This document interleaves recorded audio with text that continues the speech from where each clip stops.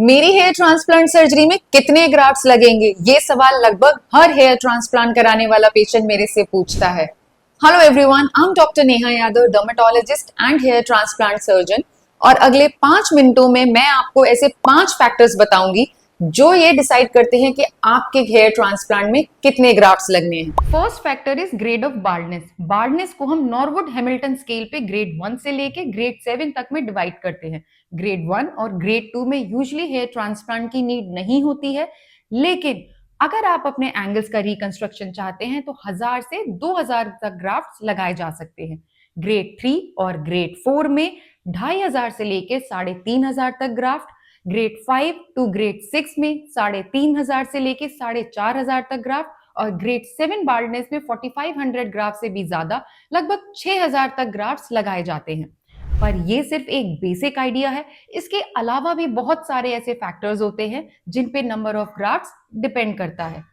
Second factor is the size of the recipient area. जब भी हम आपके रेसिपिएंट एरिया पर हेयर ट्रांसप्लांट सर्जरी करते हैं तो हम उसके सरफेस एरिया को सेंटीमीटर स्क्वायर में नापते हैं। अब अच्छी डेंसिटी वाले हेयर ट्रांसप्लांट सर्जरी में 1 सेंटीमीटर स्क्वायर एरिया में लगभग 40 से 50 ग्राफ्ट तक लगाए जाते हैं। तो मान लीजिए कि अगर आपका रेसिपिएंट एरिया का साइज 80 सेंटीमीटर स्क्वायर है और हम 45 ग्राफ पर सेंटीमीटर स्क्वायर की हिसाब से डेंसिटी डिसाइड करते हैं, तो लगभग 3600 ग्राफ्स आपके रेसिपिएंट एरिया पर लगाए जाएंगे। Third factor is donor area availability. Donor area usually hair transplant surgeries में बैक ऑफ द हेड होता है। ये जो एरिया है ये डीएचटी रेजिस्टेंट होता है, इसीलिए परमानेंट होता है और वहां के बाल थिनिंग और मिनिचराइजेशन को नहीं रिस्पॉन्स करते हैं। अगर आपके डोनर एरिया की डेंसिटी अच्छी है तो हम वहां पे ज्यादा ग्राफ्ट एक्सट्रैक्ट कर सकते हैं। एक अच्छी डेंसिटी वाले डोनर एरिया में लगभग 80 से 90 ग्राफ्ट पर सेंटीमीटर स्क्वायर की डेंसिटी में होते हैं और उसके हिसाब से ही हम कैलकुलेटेड जिगजैग मैनर में वहां से ग्राफ्ट्स को एक्सट्रैक्ट करते हैं, ताकि आपके डोनर एरिया में भी डेंसिटी कम ना हो और आपके रेसिपिएंट एरिया में भी अच्छी डेंसिटी प्रोवाइड करी जा सके। सेकेंड चीज जो इसमें इंपॉर्टेंट है वो ये है कि डोनर एरिया का सेफ जोन।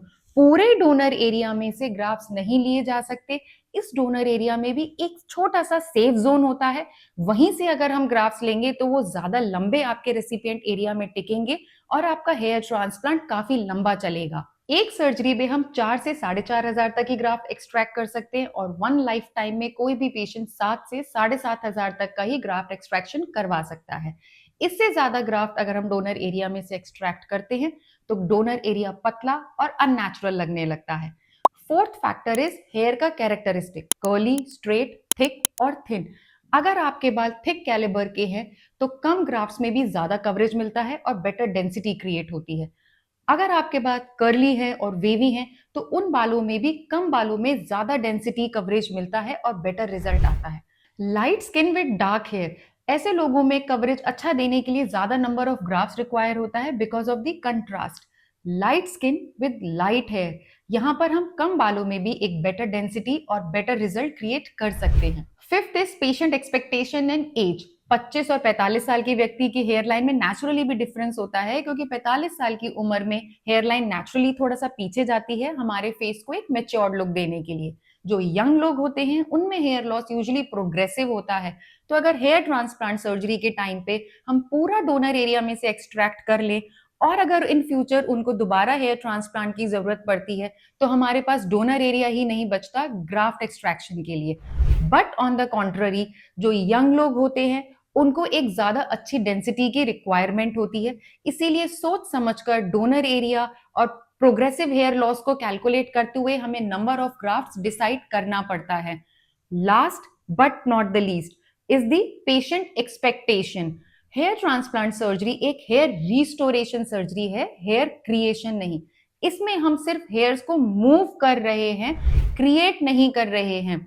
तो अगर आप कभी ये सोचते हैं कि हेयर ट्रांसप्लांट सर्जरी के बाद में आपकी वैसी ही डेंसिटी हो जाएगी जैसी 16 या 17 साल की उम्र में, टीन एज में आपकी थी, तो ये अचीव कर पाना शायद मुश्किल रहेगा। अगर हेयर ट्रांसप्लांट सर्जरी में नंबर ऑफ ग्राफ्ट्स को डिसाइड करना है तो वो इन 5 मेन फैक्टर्स पे ही डिपेंड करता है: grade of baldness, size of the recipient area, donor area availability, hair characteristic, patient expectation and future hair loss projection. पर ये सारे ही फैक्टर्स इक्वली इंपॉर्टेंट होते हैं, क्योंकि कोई भी परफेक्ट सिनेरियो नहीं होता।